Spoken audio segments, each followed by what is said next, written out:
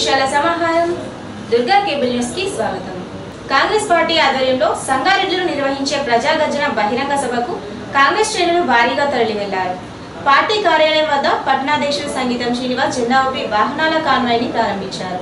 ఈ కార్యక్రమంలో municipal floor leader బుర్ర నారాయణ గౌడ్, రాష్ట్ర నాయకులు నాగుల సత్యనారాయణ గౌడ్, ఎంపీటీసీ సూర్యదేవరాజు, నందిశంకర్, బండారి బాలకుమార్, మజీద్ ఖాన్, కారంపూరి సాయన్న తదితరులు పాల్గొన్నారు.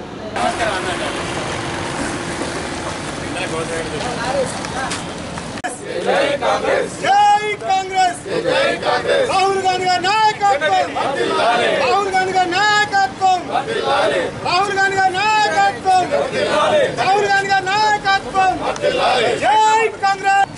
కేంద్ర మరియు రాష్ట్ర ప్రభుత్వాల యొక్క ఈ 3 సంవత్సరాల పరిపాలనలో ప్రజలను మోసపూరితమైనటువంటి వాగ్దానాలతో గద్దెనెక్కినటువంటి కేంద్ర రాష్ట్ర ప్రభుత్వాల యొక్క వైఫల్యాలను ఎండగట్టడానికి ఈరోజు మా ప్రియతమ కాంగ్రెస్ పార్టీ భారత జాతీయ కాంగ్రెస్ పార్టీ ఉపాధ్యక్షులు యువ నాయకులు రాహుల్ గాంధీ గారి యొక్క భారీ బహిరంగ సభ ఈరోజు సాయంత్రం 5 గంటలకు సంగారెడ్డిలోని అంబేద్కర్ స్టేడియంలో పెద్ద ఎత్తున కార్యక్రమం జరుగుతూ ఉన్నది. దీనికి సిరిసిల్ల నియోజకవర్గం నుంచి దాదాపు 2500 మంది కాంగ్రెస్ శ్రేణులందరూ కూడా తరలి వెళ్తూ ఉన్నారు. ఇట్టి బహిరంగ సభ యొక్క ముఖ్య ఉద్దేశం ఈ రాష్ట్రంలో కానీ కేంద్రంలో కానీ వారు చేస్తున్నటువంటి ప్రజా వ్యతిరేక విధానాలను ప్రజలకు తెలియజెప్పి పూర్వవైభవాన్ని రాష్ట్రంలో కానీ కేంద్రంలో కానీ తేవడానికి ఒక భారీ బహిరంగ సభ కార్యక్రమాన్ని ఏర్పాటు చేస్తున్నాం. దీనికి సిరిసిల్ల కాంగ్రెస్ పక్షాన నాగుల సత్యనారాయణ గారి ఆధ్వర్యంలో, పొన్నం ప్రభాకర్ గారు మరియు మృత్యుంజయ గారి ఆధ్వర్యంలో సిరిసిల్ల కాంగ్రెస్ పార్టీ ఆధ్వర్యంలో కాంగ్రెస్ శ్రేణులందరం కూడా ఈ సభకు భారీ ఎత్తున తరలి వెళ్తా ఉన్నాం.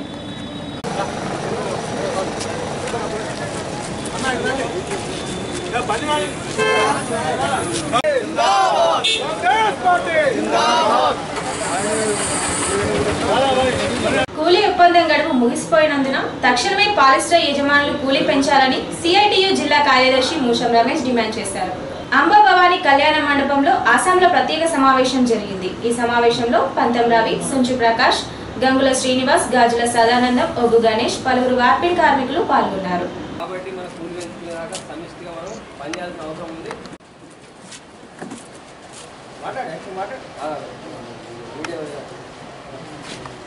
ఎందుకంటే ఆసాంలో కూలి పెరగలేదు, యజమానులు పెంచే పరిస్థితి లేదు.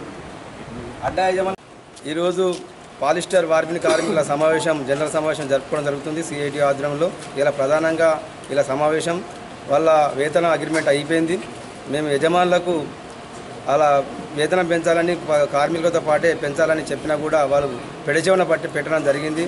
ఇక అదే క్రమంలో కూడా ఇక్కడ ప్రభుత్వం సిరిసిల్లలో కార్మికులకు ఉపాధితో పాటు మెరుగైన వేతనం అందించాలనే ఉద్దేశంతో ఇక్కడ ప్రభుత్వ వస్తాన్ని సిరిసిల్లలో ఉత్పత్తి చేస్తూ ఉంది. కానీ కూలీ నిర్ణయించే సమయంకి వచ్చే వరకు ఇక్కడ కేవలం ఆసాములకు అట్లాగే కార్మికులకి మాత్రమే అధికారులు కూలీ నిర్ణయిస్తూ ఉన్నారు. వీళ్ళకి ఇక్కడ దానికి సంబంధించిన అనుబంధంగా పనిచేసేటువంటి వార్పిడి కార్మికులకు కానీ వైపని కార్మికులు కానీ కూలీ నిర్ణయిస్తలేరు. ఎన్నో సందర్భంలో మేము అధికారులు చెప్పినా కూడా వాళ్ళు పెడచేయన పెట్టడం జరుగుతూ ఉంది.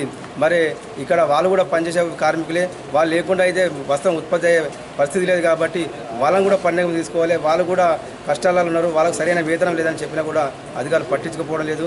మేము కోరుతున్నాము ఈ బతుకమ్మ చీరలకు సంబంధించినటువంటి ఏదైతే ఉందో దానిలో వార్పిడి కార్మికుని కూలీ నిర్ణయించాలి వెంటనే, లేకుంటే దాని రాబోయే కాలంలో తీవ్రంగా దీని మీద ఉద్యమం చేయవలసిన అవసరం ఏర్పడుతుంది. కాబట్టి వెంటనే ఈ రకంగా వాళ్ళ సమస్యను పరిష్కరించాలి, వాళ్ళ కూలీ నిర్ణయించాలని డిమాండ్ చేస్తూ నిన్ననే మేము మొన్న అధికారులకు కానీ యజమానులకు కానీ వినతిపత్రాలు ఇవ్వడం జరిగింది. కాబట్టి యజమానులు అధికారులు స్పందించి ఇలా సమస్య పరిష్కరించాలి.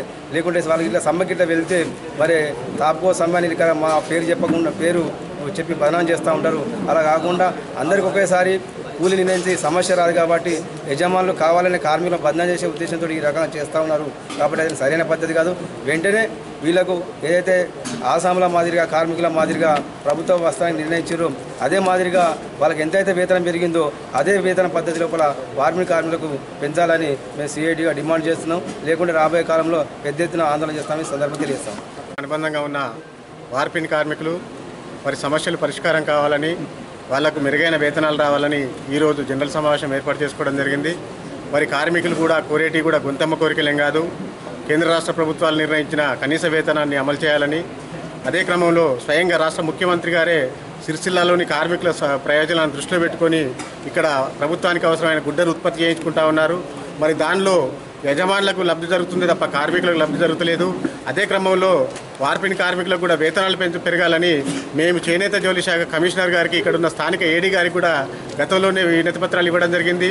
వాళ్ళు యజమానులకు తొత్తులుగా మారి కార్మికులను విస్మరిస్తున్నారే తప్ప కార్మికులు ఏదైతే కోరుతా ఉన్నారో ఆ కోరికల ప్రకారము వేతనాలు పెరగాలని మేము డిమాండ్ చేస్తూ ఉన్నాము. లేకపోతే రాబోయే కాలంలో జరిగే ఆందోళన పోరాటాలకు ఇక్కడ ప్రభుత్వ అధికారులు యజమానులే బాధ్యత వహించాలని డిమాండ్ చేస్తా ఉన్నాం. సిపిఎస్ రద్దు చేయాలని కోరుతూ భోజన విరామ సమయంలో ఉపాధ్యాయ సంఘాల జేఏసీ ఆధ్వర్యంలో నల్ల బ్యాడ్జీలతో నిరసన తెలిపారు. ఈ సందర్భంగా పాత పెన్షన్ విధానాన్ని అమలు చేయాలని డిమాండ్ చేశారు. ఈ నిరసన కార్యక్రమంలో ఉపాధ్యాయుల సంఘం నాయకులు పాకాల శంకర్ గౌడ్, రామంచ్ రవీందర్, శంకర్, శ్రీనివాస్, లక్ష్మణ్, రాము, నవీన్, వంశీకృష్ణ, పలువురు ఉపాధ్యాయులు పాల్గొన్నారు.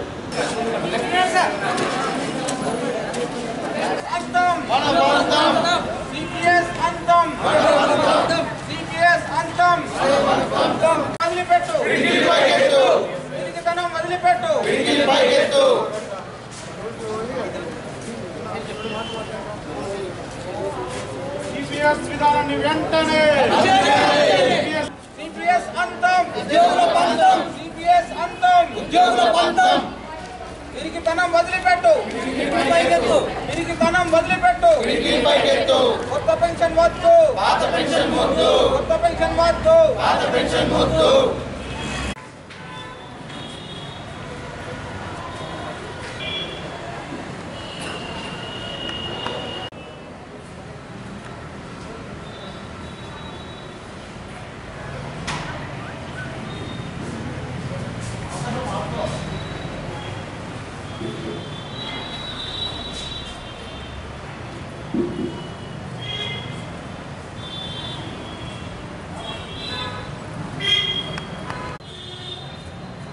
సిపిఎస్ వద్దురా, సిపిఎస్ వద్దురా.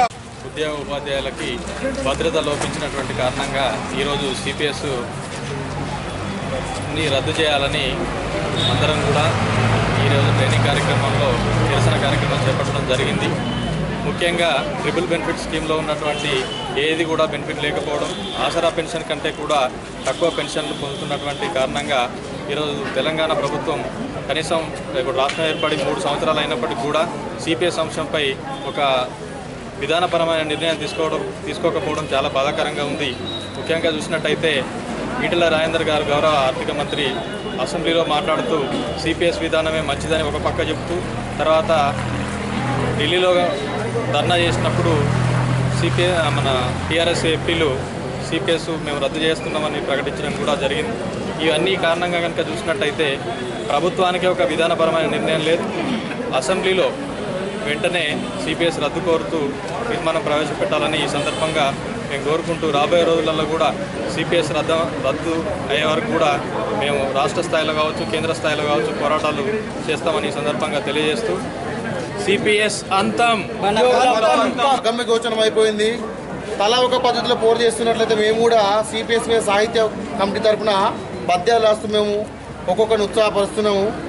అయితే ఉద్యోగ పరిస్థితి ఎట్లా ఉందంటే ఆటుపోటులను మనం అన్నీ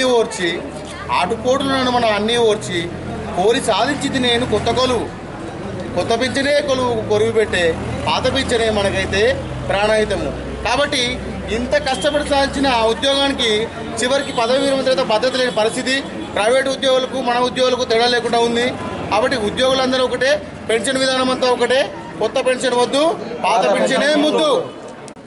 2004 నుంచి ఉద్యోగుల పాలిట శాపంగా మారినటువంటి ఈ సిపిఎస్ అనేది చాలా దారుణ పరిస్థితిలో ఇది ఒక శాపం.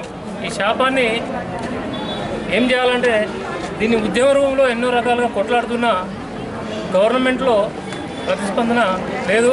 మన కేటీఆర్ అన్న సిరిసిల్ల రాజన్న జిల్లా నుంచి కేటీఆర్ గారు దీనిపైన సిపిఎస్ పైన ఒక ప్రత్యేకమైన ఆలోచనతోటి వారు ఈ సిపిఎస్ను నిర్మూలించి ఓల్డ్ పెన్షన్ విధానాన్ని కల్పించాలని కోరుకుంటున్నాం. రాష్ట్ర ఆవిర్భావ వేడుకల కోసం ముస్తాబు అయిన తంగలపల్లి మండలం తాడూరు గ్రామంలోని పరేడ్ గ్రౌండ్ ను కలెక్టర్ కృష్ణభాస్కర్, ఎస్పీ విశ్వజిత్ పరిశీలించారు. వేడుకల సందర్భంగా జరిగే క్రీడలను కలెక్టర్ కృష్ణభాస్కర్ ప్రారంభించారు. ఈ కార్యక్రమంలో డిఆర్ఓ శ్యామప్రసాద్ లాల్తో పాటు అధికారులు పాల్గొన్నారు.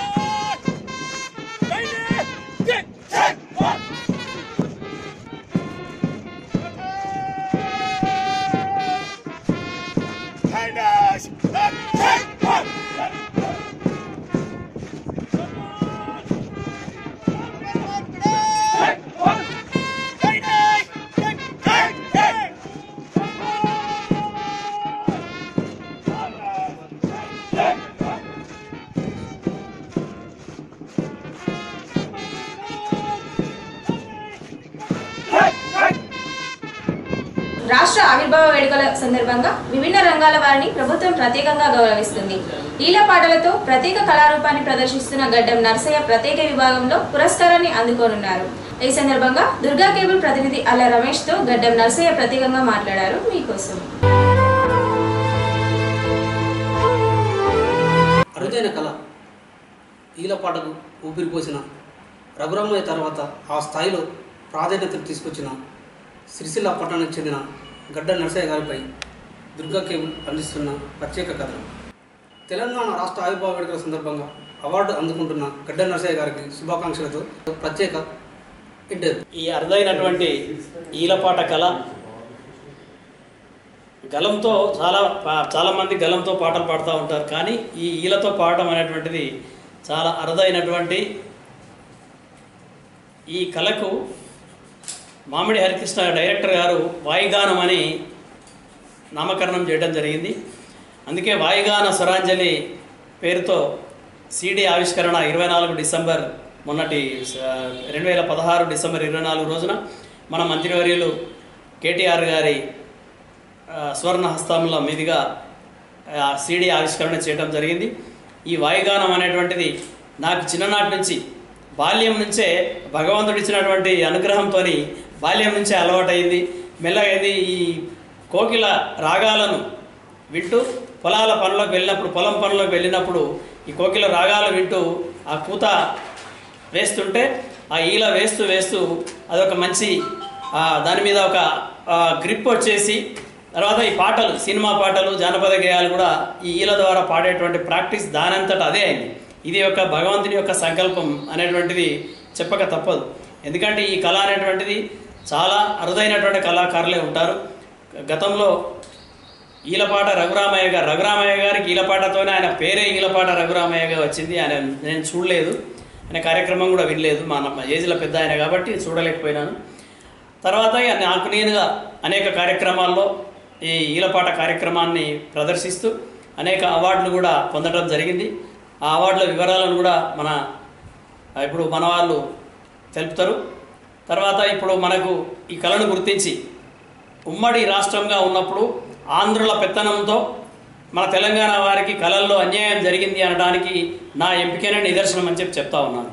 తెలంగాణ ప్రభుత్వం వచ్చిన తర్వాత తెలంగాణలో ఉన్నటువంటి కళాకారులను అట్టడుగున ఉన్నటువంటి మాణిక్యాలుగా ఉన్నటువంటి అద్భుతమైనటువంటి రత్నాలుగా ఉన్నటువంటి కళాకారులందరినీ కూడా తెలంగాణ రాష్ట్ర ప్రభుత్వం కేసీఆర్ గారి నేతృత్వంలో ఈ కళాకారులందరినీ కూడా ఎంకరేజ్ చేస్తూ వెలికితీస్తూ సమాజానికి మంచి కళలను ప్రదర్శించే విధంగా కళాకారులను వెలికితీసి సమాజానికి అందిస్తున్నటువంటి తెలంగాణ రాష్ట్ర ప్రభుత్వానికి, మరి మా మంత్రివర్యులు మన కేటీఆర్ గారికి, నాకు ఈ రాష్ట్ర ప్రభుత్వ తెలంగాణ రాష్ట్ర అవతరణ వేడుకల సందర్భంగా ఇచ్చేటువంటి రాష్ట్ర ప్రభుత్వ పురస్కారాన్ని నాకు అందిస్తున్నందులకు రాష్ట్ర ప్రభుత్వానికి, ముఖ్యమంత్రి వర్యులు కేసీఆర్ గారికి, ప్రత్యేకంగా మన మంత్రివర్యులు కె తారక రామారావు గారికి నా హృదయపూర్వకమైనటువంటి కృతజ్ఞతలు తెలుపుకుంటూ, చిన్ననాటి నుండి మన సిరిసిల్ల ప్రాంతంలో, సిరిసిల్ల పట్టణంలో అందరికీ కూడా ఈలపాట కళ అనేటువంటిది గడ్డం నర్సయ్యలో ఉన్నది అనే విషయము అందరికీ తెలిసినటువంటిదే.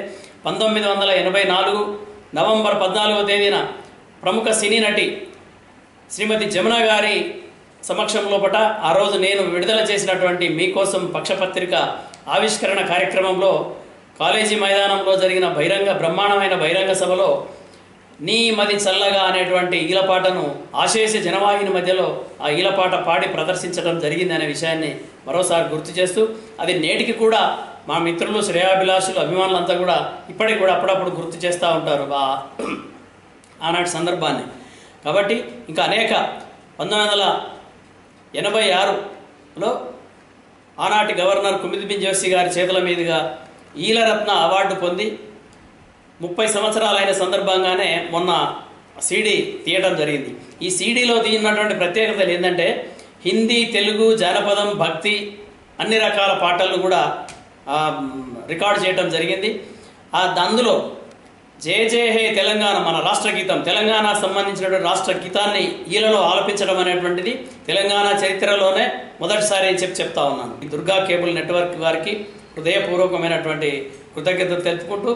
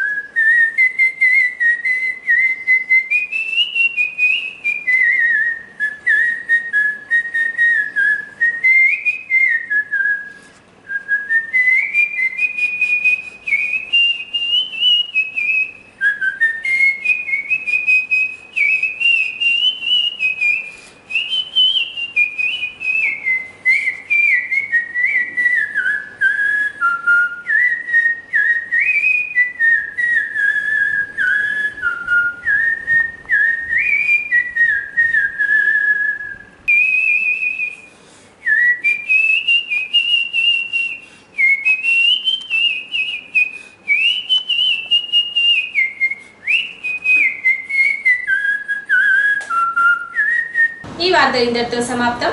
తిరిగి ప్రసారమయ్యే దుర్గా కేబుల్ న్యూస్ లో మళ్ళీ కలుసుకుందాం. అంతవరకు సెలవు. నమస్కారం.